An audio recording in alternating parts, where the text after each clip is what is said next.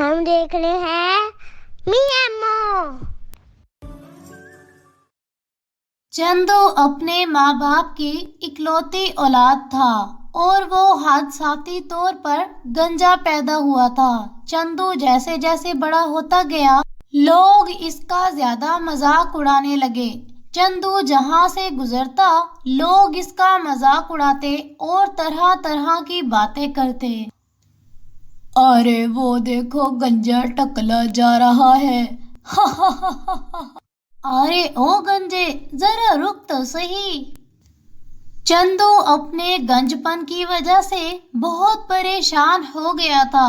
جیسے تیسے کر کے چندو جوان ہو گیا اور اس کی عمر شادی کی ہو گئی۔ اب چندو شادی کرنا چاہتا تھا لیکن وہ یہ سوچ کر پریشان ہو جاتا کہ اس سے شادی کون کرے گا۔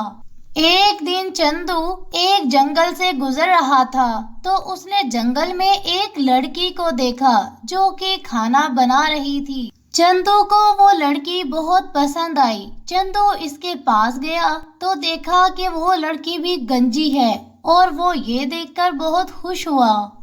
چندو نے اسے شادی کی آفر کر دی۔ میں تم سے شادی کرنا چاہتا ہوں۔ تمہیں دیکھ کر لگتا ہے کہ خدا نے تمہیں میرے لیے ہی بنایا ہے۔ گنجی کچھ دیر سوچنے کے بعد اس آفر کو قبول کر لیتی ہے کیونکہ وہ بھی گنجی ہوتی ہے اور کوئی بھی اس سے شادی نہیں کرنا چاہتا۔ اسی طرح ان دونوں کی شادی ہو جاتی ہے اور دونوں شادی کر کے بہت خوش ہوتے ہیں۔ چندو جب گھر جاتا ہے تو گاؤں کے سبھی لوگ انہیں دیکھ کر بہت مذاق بناتے ہیں۔ ارے او گنجے ٹکلے کہاں سے ڈھونڈ کے لے آیا اپنی جیسی گنجی ٹکلی کو۔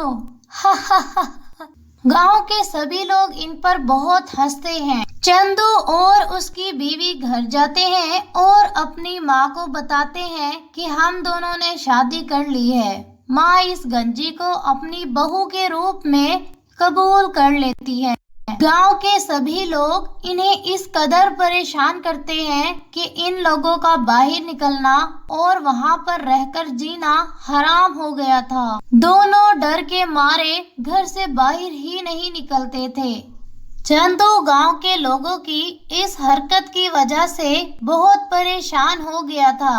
اب چندو گاؤں کے لوگوں کو سبق سکھانا چاہتا تھا۔ پھر چندو کے ذہن میں ایک آئیڈیا آیا۔ چندو نے ایک ایسی دوائی کا انتخاب کیا جس کو استعمال کرتے ہی انسان ہمیشہ کے لیے گنجا ہو جاتا ہے۔ چندو نے یہ دوائی لی اور جب گاؤں کے سبھی لوگ سو گئے تو چندو اپنے گھر سے باہر نکل آیا اور سبھی لوگوں کے سر میں یہ دوائی لگا دی۔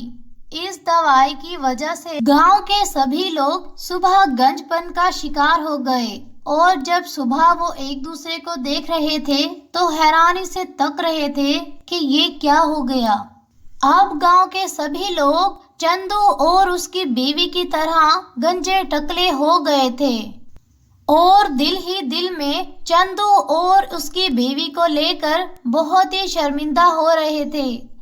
گاؤں کے سبھی لوگ بہت شرمندہ ہونے کی وجہ سے چندو اور اس کی بیوی سے معافی مانگتے ہیں اور وعدہ کرتے ہیں کہ آئندہ وہ کبھی ایسا نہیں کریں گے اور وہ انہیں کبھی پریشان بھی نہیں کریں گے کیونکہ انہیں یہ بات سمجھ میں آ جاتی ہے کسی کا مذاق اڑانا اچھی بات نہیں اور اگر ہم کسی کا مذاق بنائیں گے تو ہو سکتا ہے کل ہمارا بھی کوئی مذاق بنائے۔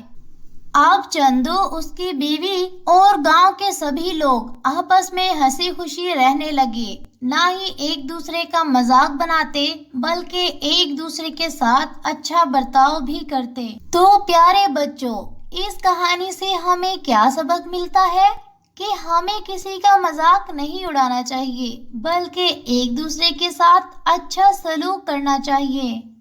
اگر آپ کو ہماری یہ ویڈیو پسند آئے تو چینل کو لائک، سبسکرائب اینڈ کمنٹ ضرور کیجیے گا۔ شکریہ۔